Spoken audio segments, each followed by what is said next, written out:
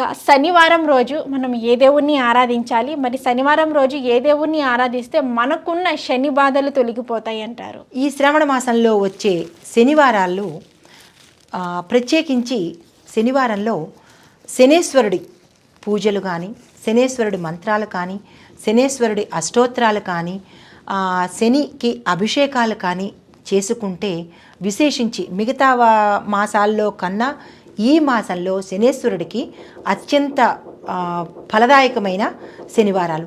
మిగతా మాసాల్లో మనం శనివారం రోజు వెంకటేశ్వర స్వామిని పూజిస్తాము. కానీ ఈ మాసంలో ప్రత్యేకించి శనివారం రోజు అంటే ప్రత్యేకంగా శనేశ్వరుని మాత్రమే అర్చించాలి.